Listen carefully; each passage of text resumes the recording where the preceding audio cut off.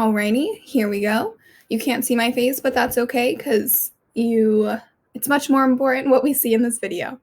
So, first thing I want to talk about is what I have in front of me. So, I have a cookie sheet, a baking pan that I will be using. I have 4 different food coloring colors. You don't have to use these 4. You don't have to use 4. You can use more than 4, less than 4. You pick whatever colors you want. These are just the only ones I had. I have yellow, blue, red, and green. I have a couple of Q-tips.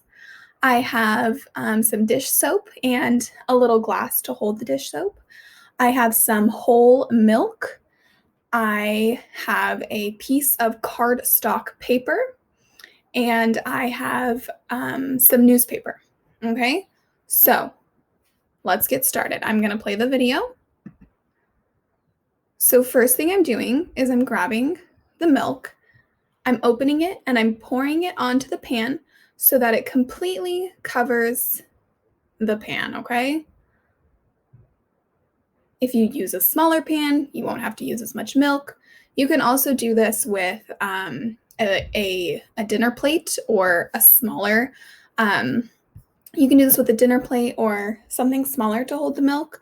I used this baking pan because I am actually going to end up putting this piece of cardstock paper in the pan, and I needed it to be big enough to fit the paper. But I have done this before in a very small dish, and it works wonderfully that way too. Okay. Next thing I'm doing is I'm going to take my yellow and I'm going to put drops of the yellow all throughout the milk. It looks a little orange in this when it mixes with the milk, but I promise it's yellow. I'm going to do the same with my red. I'm just dropping those drops wherever I want. I just want them to be evenly spread out over the entire sheet. I will do the same with my blue. Again, you can pick whatever colors you want. You don't have to put this many drops. You can put more drops. Again, this is completely up to you. Now I'm doing the same with my green. Again, all throughout the baking sheet here, all throughout the milk. Okay, now I'm getting some dish soap and I'm putting it in my little container. Not a lot, you just need enough to cover your Q-tip. So you'll see I'm gonna dip my Q-tip into the soap, get it nice and covered, okay, my friends? Again, you don't need a lot, but enough to cover the top of the Q-tip. Okay, watch what I do next.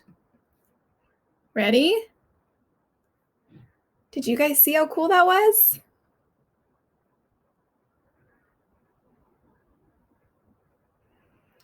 So as that Q-tip gets covered in milk, it's not going to work as well because I'm losing my soap.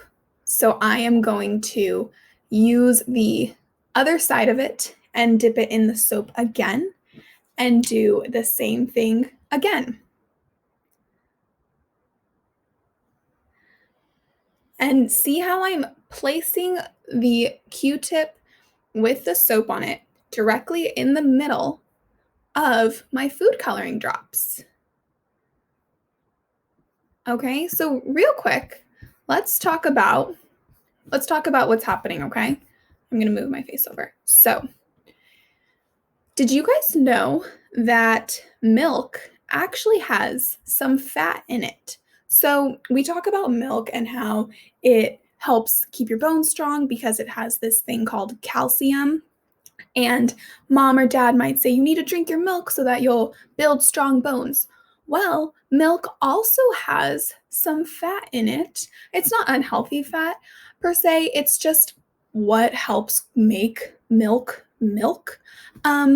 So that's important to keep in mind.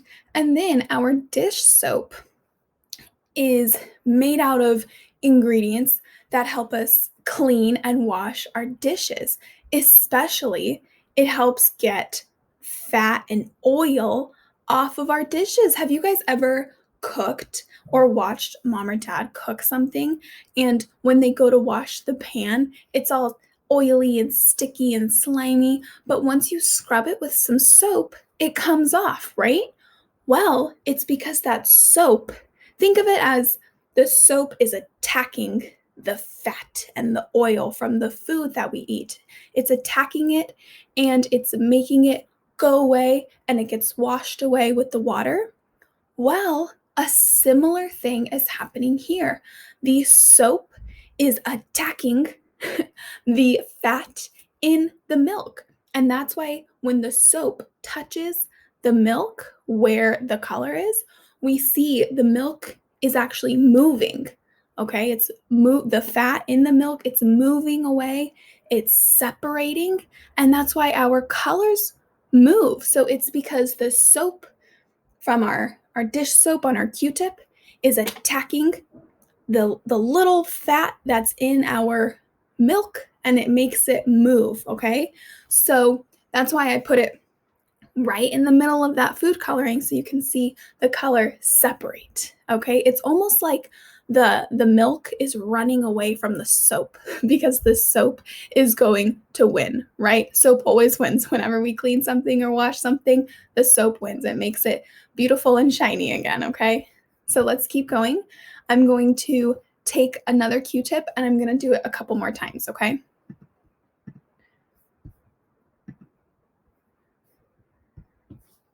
All right, here we go. And friends, you could stop here if you wanted to. I just wanted to do it a little bit more. You can see that my milk and my color isn't moving as much anymore. It seems like I have done as much as I can. And once you get to that point, that's totally okay because there's another step. You guys can see that I'm trying, but the color is done moving. I am just about finished with those Q-tips. So I'm taking my cardstock piece of paper and I used cardstock because it's thicker, okay? And you guys will see that I'm moving the newspaper close to the pan because I am dipping my cardstock into that colorful, milky pool. And look what happens when I pull it out. I get this super pretty, colorful print. It almost looks like tie-dye.